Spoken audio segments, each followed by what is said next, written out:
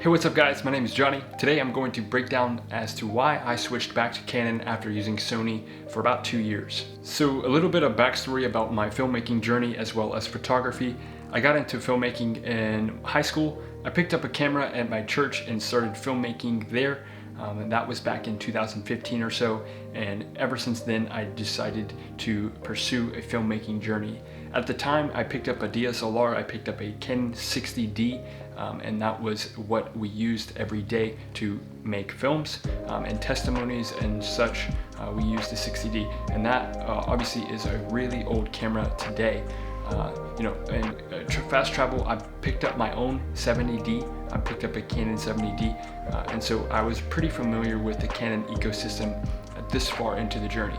At the time, that's when the Sony A7 III dropped, and this is the filmmaker's dream. Well, at least I thought. From my experience, the Sony is absolutely amazing. This is not me bashing Sony at all. I highly recommend people picking up a Sony if they are already using the Sony ecosystem. The Sony A7 III is a phenomenal camera. This is not a cry for me to just bash Sony's ecosystem as well as their cameras, because I think their cameras are an absolute amazing camera and I would still recommend it today. But cameras are subjective. They are all biased opinions. And that's what I've found through this filmmaking journey myself. I thought that if I had the Sony camera, then my films would become better. My ability to create content would be better just because I owned a Sony camera. That is entirely false, and that is why I went back to a Canon camera. Right now I'm filming on a Canon Eos R6, and this camera does everything that I need. Like I said, it's subjective. Some would argue that the Sony A7 III is still better than the EOS R6 because of the price range, the S-Log, but for the EOS R6 is exactly what I needed. It shoots C-Log in 10-bit if I ever needed it, all the way up to 4K 60 frames per second. Also, it takes phenomenal pictures. A lot of my filmmaking journey is also creating moments where I capture with still photography, portrait photography. I do filmmaking for weddings. I also do filmmaking for commercial projects as well. But also, I take a lot of portraits. And the EOS R6 did exactly that.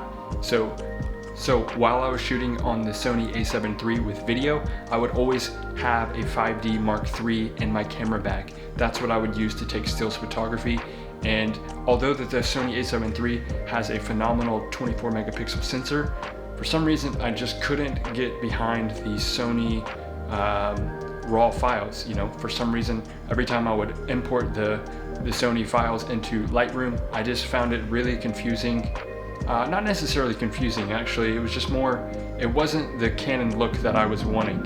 Secondly, every wedding film I've ever shot on the Sony, I've always adopted a Canon log preset.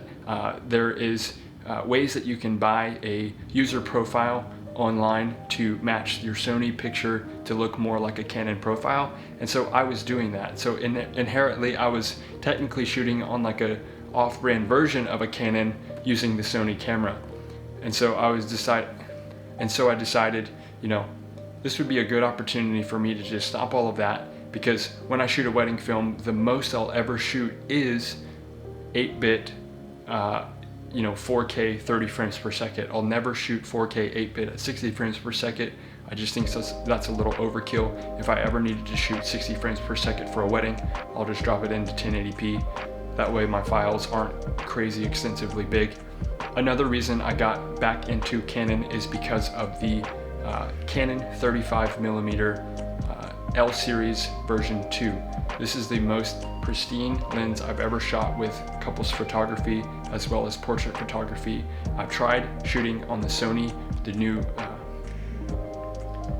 I've tried shooting photography on the Sony, and I can get a really sharp image out of the Sony, but unfortunately it wasn't as sharp as the Canon 35mm. The date of this video, there has now been announced the G Master 35 1.4 for the Sony. So unfortunately I didn't get to experience that before I made the switch. And I don't think that would made any difference in me switching back into Canon, but there's that. The next thing that I wanted to talk about with shooting on a Canon instead of a Sony is the future of my photography and filmmaking journey.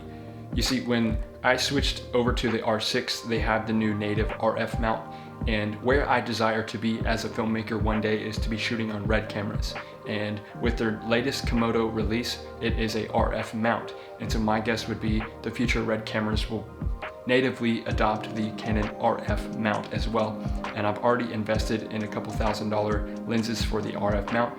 And so in my head, it was the most practical thing into adopting the RF body Canon EOS R line.